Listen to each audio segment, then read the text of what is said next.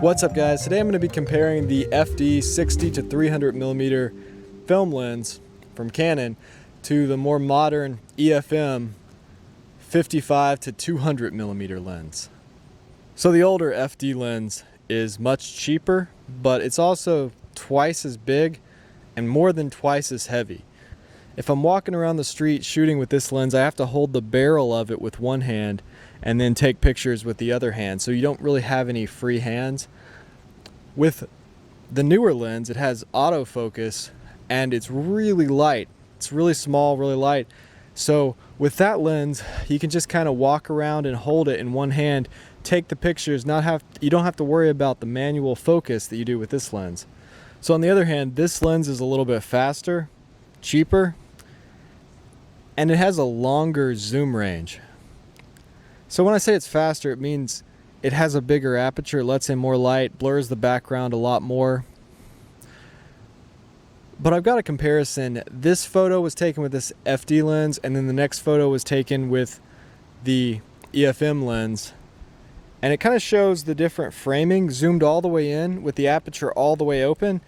And there's not as much difference as you would think.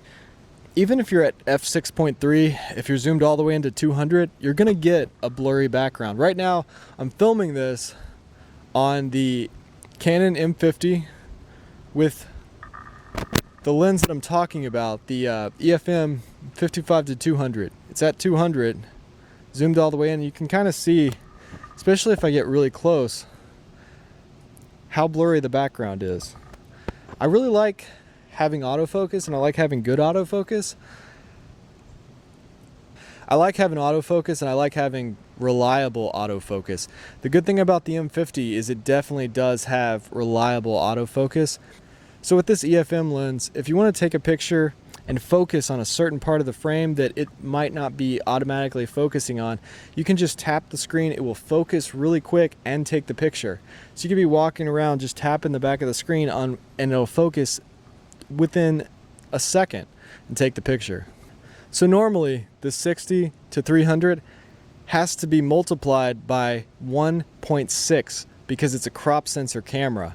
But if you put a speed booster on there, it makes it closer to actually being 60 millimeters through 300 millimeters. It makes it like a smaller full frame camera, and it actually adds a stop of light. So all the way zoomed in, instead of 5.6, it would be f4. So I'm going to show some photos, and if they were taken with the FD lens, I'll put that on there. If they were taken with the EFM lens, I'll put that on there so you can kind of see the difference. The EFM lens is sharper. The FD lenses are always going to give you a more dreamy look, and they're going to be less sharp. They're going to be soft, but they are quite a bit cheaper. I think I paid $19 for this lens, and I paid about $100 for the EFM lens. I got it used and all scratched up. I try to find lenses when they're all scratched up on eBay, not on the actual lens, but on the barrel of the lens, to get it cheaper, just to test it out.